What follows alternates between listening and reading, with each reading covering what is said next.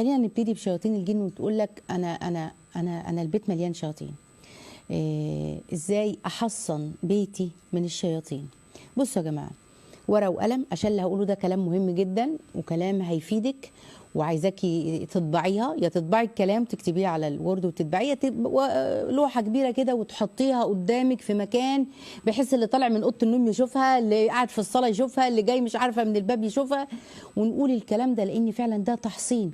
احنا عايزين بيوتنا خاليه من الشياطين، خاليه من الوسوسه. طيب نعمل ايه؟ اول حاجه الاكثار من ذكر الله. أكثر من الذكر، فمثل البيت الذي يذكر فيه الله والبيت الذي لا يذكر فيه الله عز وجل مثل الحي والميت. فأنت عايز بيتك ميت؟ لا، بلاش بيوتنا تبقى تموت ما فيهاش روح. يقول لك البيت كئيب كده، ايه الهم والغم ده؟ الواحد داخل كده متضايق، انا عايزه اخرج، عايزه مش عارفه فين، انا عايزه اروح لاصحابي، انا سيبيني انزل. البيت ميت. الحل واذكروا الله ذكرا كثيرا. ليه؟ لأن الذكر حصن.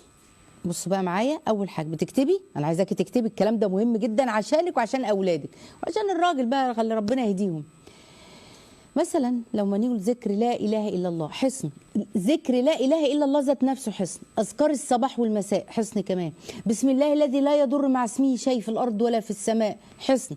حديث سيدنا عثمان بن عفان رضي الله عنه قال رسول الله صلى الله عليه وسلم: ما من عبد يقول في صباح كل يوم مساء، يعني اذكار الصباح والمساء كل ليله بسم الله، يعني يقول الصبح ويقول بالليل بسم الله الذي لا يضر مع اسمه شيء في الارض ولا في السماء وهو السميع العليم 3 مرات لم يضره شيء.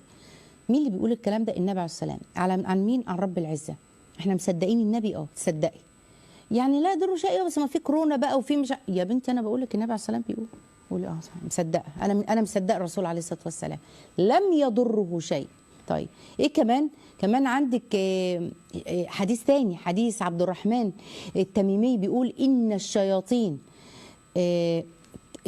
اتجمعت في ليله على رسول الله صلى الله عليه وسلم، في معنى الحديث اتجمعت في ليله عند الرسول عليه الصلاه والسلام من الاوديه ومن الشعاب، وفيهم شيطان بايده شعله عايز يحرق بها وجه رسول الله صلى الله عليه وسلم، صلوا عليه.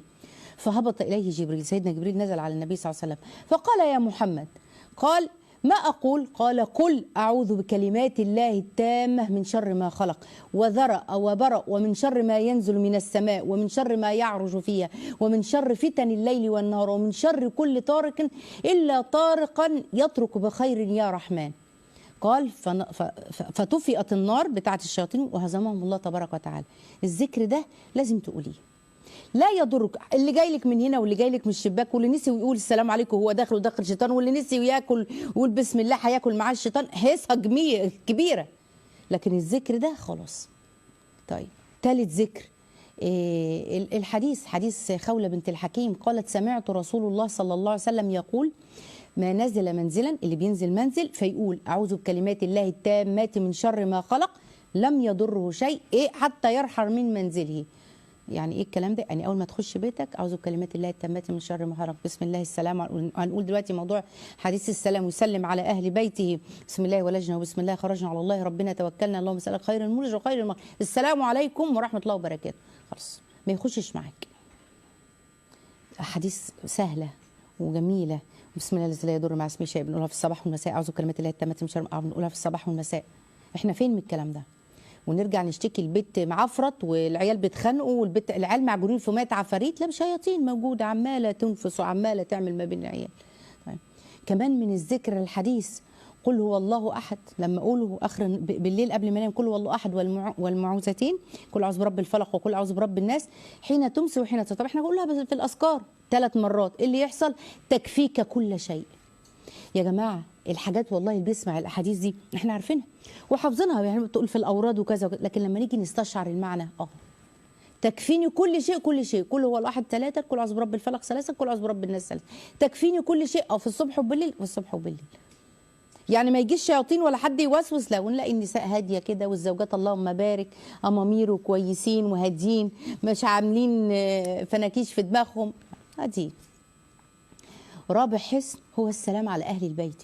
يقول النبي صلى الله عليه وسلم: 3 كلهم ضامن على الحديث ده، تحفة جدا، الحديث ده جميل جدا جدا جدا. ثلاثة كلهم ضامن على الله عز وجل، أي الله سبحانه وتعالى تكفل لهم طبعا بالضمان بالجنة، وأنهم في ضمان ما وعد الله به بالجزاء طبعا في الدنيا وفي الآخرة. حديث مين؟ أبو أمامة بيقول ثلاثة كلهم ضامن على الله، إن عاش رزق وكفية، وإن مات أدخله الله الجنة.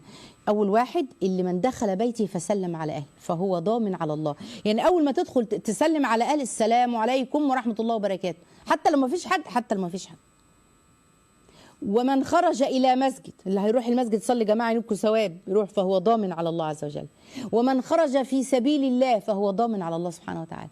يعني تدخل مش احنا داخلين كذا ويخش بقى اللي عارف الزوج جاي تقول لك جاي بيتسحب وبيفتح الباب فجأة عشان يشوف بيعملوا ايه، بيعملوا عملة، هو جاي يمسكهم يمسك عليهم مصيبة ومشكلة. لا ده مش من السنة. السنة السلام عليكم ورحمة الله. ايوه يا زوج انا قدامي 10 دقايق واكون في البيت، اضرب الجرس من تحت او اضرب من فوق اي حاجة، لكن كده لا. وتسلم وداخل ضارب بوز وضارب بوز. فين الاكل؟ اعملوا لي خدوا الشق. ايه ده؟ السلام عليكم ورحمة الله وبركاته. بسم الله ولجنا وبسم الله خرجنا على الله ربنا توكلنا. سلام خير المش خير المخرج. كمان في فضل السلام ودعاء دخول المنزل في حديثين. عندك حديث اللي رواه مسلم عن سيدنا جابر بن عبد الله، سمعت النبي صلى الله عليه وسلم يقول إذا دخل الرجل بيتي فذكر الله عند دخوله وعند طعامه قال شيطان لا مبيت لكم ولا عشاء، لكن لو دخل ولم يذكر الله قال ضمنتم المبيت، الشيطان قال يلا أدركتم المبيت، ولم يذكر الله سبحانه الله عز وجل عند الطعام يلا أدركتم العشاء، أدركتم المبيت والعشاء، يلا كلوا واتعشوا يلا. ما هم لا بيقولوا بسم الله على الاكل، ولا دخل قال السلام عليكم ولا الكلام ده، واقف مستني عشان يخش معاه. الحديث الثاني حديث انس بن مالك قال قال رسول الله صلى الله عليه وسلم يا بني اذا دخلت على اهلك، لو دخلت على اهل بيتك، حديث اهو يا جماعه، فسلم يكون بركه عليك وعلى اهل بيتك، حديث حسنه الالباني. السلام عليكم ايه؟ بركه عليا وعلى اهل بيتك. طب حاجات جميله اهي، مفيش شيطان ولا في شياطين ولا في اي حاجه على فكره. خامس حصن للبيت، حاجات سهلة لكن احنا ما بنعملهاش، من شياطين الجن على فكرة عشان نحصن بيوتنا منهم. الصلاة في البيت، حديث عبد الله بن عمر النبي صلى الله عليه وسلم قال اجعلوا من صلاتكم في بيوتكم ولا تتخذوها قبورا، يبقى البيت اللي ما بتصلاش فيه قبر.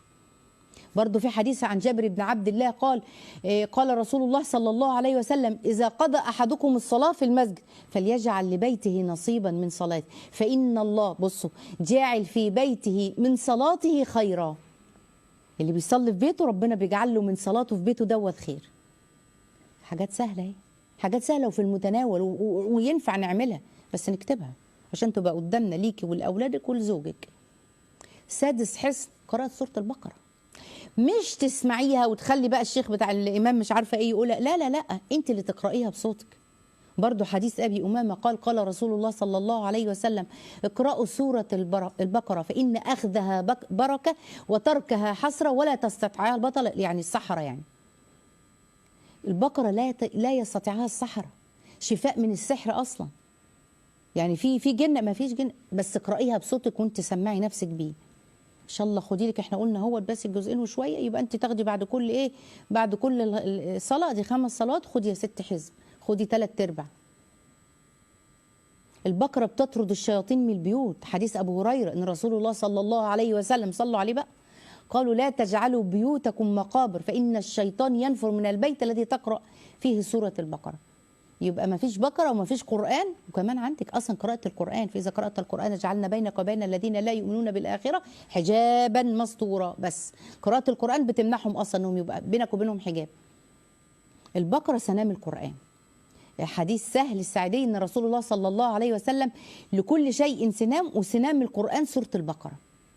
سوره البقره في ايه الكرسي، بصوا بقى فضل ايه الكرسي، من قراها حين يصبح وكل الله له ملك يحفظه من الشيطان حتى يمسي، آية الكرسي. ومن قرأها حين يمسي، لازم تقرأيها، ولو أولادك صغير ما بيعرفوش خليهم يقولوا وامسحي عليهم، أو لو يتعلموها يقولوها. ومن قالها حين يمسي وكل الله له ملك يحفظه حتى يصبح، بس يحفظه من الشيطان، يحفظه من الشيطان. أصلا أعظم آية في القرآن هي آية الكرسي، حديث أبي بن كعب قال رسول الله صلى الله عليه وسلم: يا أبا المنذر، أتدري أي آية من كتاب الله معك أعظم؟ قال: الله لا إله إلا هو الحي القيوم. قال: قلت لا. فضرب على صدري وقال: والله لا يهنك العلبة يا أبا المنذر. يعني هي دي إلزامها يعني.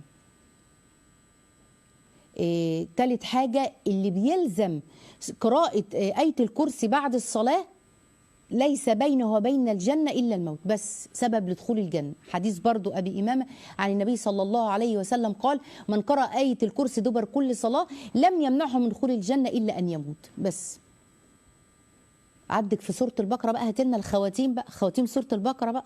من قرأ خواتيم سورة البقرة في ليلته كفتاه، الآيتين أواخر سورة البقرة اللي بيقرأهم، ده حديث النبي صلى الله عليه وسلم، من قرأهما في ليلة كفتاه، كل حاجة هتكفيك كل شيء. إذا قرأت في دار 3 أيام، اللي هي أواخر سورة البقرة اللي هما الآيتين 3 أيام ورا بعض، فلا يقربهما شيطان، البيت ده ما يجيلوش شيطان ولا يجي للنفس دي شيطان. حديث النعمان بن البشير ان رسول الله صلى الله عليه وسلم: إن الله كتب كتابا قبل أن يخلق السماوات والأرض ب2000 عام، أنزل منه آيتين ختم بهما سورة البقرة، لا تقرأ في دار 3 أيام، حديث النبي، فيقربها شيطان، أبدا ما يجيش. ولا تقرأ بحرف منها إلا أعطيته، يعني أعطي النور بتاعها. وده حديث ابن عباس قال: بينما جبريل قاعد عند النبي صلى الله عليه وسلم سمع نقيضا من فوقه فرفع رأسه فقال: هذا باب من السماء فتح اليوم لم يفتح قط إلا اليوم، باب ما اتفتحش إلا النهارده يا محمد. فنزل منه ملك. ايه الملك ده؟ قال: الملك ده نزل الى الارض، لم ينزل الى الارض الا اليوم، فسلم وقال: ابشر بنورين اوتيتهما، انت خدتهم. قال ايه؟ قال: لم يؤتهما نبي من قبلك، ما جاش نبي قبل كده. فاتحه الكتاب، طبعا المثاني السبع من فاتحه الكتاب ام الكتاب اللي هي الفاتحه، وخواتيم سوره البقره، اعوذ بك رب من همزات الشياطين واعوذ بك رب ان يحضرون. وخواتيم سوره البقره لن تقرأ بحرف منها إلا أعطيت إيه؟ النور بتاعها. كل ده ده الشيخ المعصراوي منزل 40 فائدة من سورة البقرة، من حوالي بتاع 7 سنين قرأتها، من 40 فائدة لقراءة سورة البقرة. سابع حصن لبيتك عشان تحميه من الشيطان غلق الأبواب. ربنا مش عاطيهم القدرة انهم يفتحوا باب، ولا انهم يفتحوا غطا، يعني حلة معمولة ولا طبق متغطي عليه، لا. أغلق الأبواب، تغطية الأواني، غلق المصابيح، سنة نبوية أصلا. في وقت المغرب أصلا في كذا حاجة بنعملها أنت كأم المفروض تاخدي بالك منها. ساعة أذان المغرب خلاص، أول حاجة أنا عايزة أقول لكم إن الأمر ده متعلق في ذهني من أيام جدتي، أما كانت بتقول لازم تبيتوا الفراخ في العشش من بعد صلاة المغرب، قبل المغرب ما يأذن يلا كله يدخل بيته، خلاص بعد صلاة المغرب خلاص. من السنة كف الصبيان أول المغرب ما يأذن، خلاص كله يخش بيته. السنة الثانية إغلاق الأبواب وذكر اسم الله تعالى، يعني نقول بسم الله ونقفل الأبواب. حديث جابر بن عبد الله رضي الله عنه قال رسول الله صلى الله عليه وسلم: إذا كان جنح الليل وأمسيتم يعني فكفوا صبيانكم، دخلوهم، فإن الشيطان بينتشر في الوقت ده، فإذا ذهب ساعة من الليل فخلوهم وأغلقوا الأبواب واذكروا اسم الله، فإن الشيطان لا يفتح بابا مغلقا، الشيطان لا يفتح بابا مغلقا ولا يحل وكاء ان هو ما يكشفش إناء ولا يفتح الغطا بتاع إناء. الله عز وجل ما ادهمش المقدرة دي والقدرة دي، وده من رحمة ربنا بينا على فكرة. يبقى اقفل البواب وغطي الحاجة واخفت النور. برضو حديث ابن عمر رضي الله عنهما عن النبي صلى الله عليه وسلم قال: لا تتركوا النار في بيوتكم حين تنامون، لا تتركوا النار في بيوتكم حين تنامون. ده قال النووي ده يدخل فيه حتى نار السراج، لانه كانوا عندهم القناديل زمان، فنخفت الضوء ويبقى فيه وناسة كده في الطرقة وبتاع عشان خاطر الأولاد. 8 حصن نظافة البيت. الله عز وجل جميل يحب الجمال، سخي يحب السخاء، نظيف يحب النظافة، فاكسحوا أقنيتكم، يعني امسحوها ونظفوها.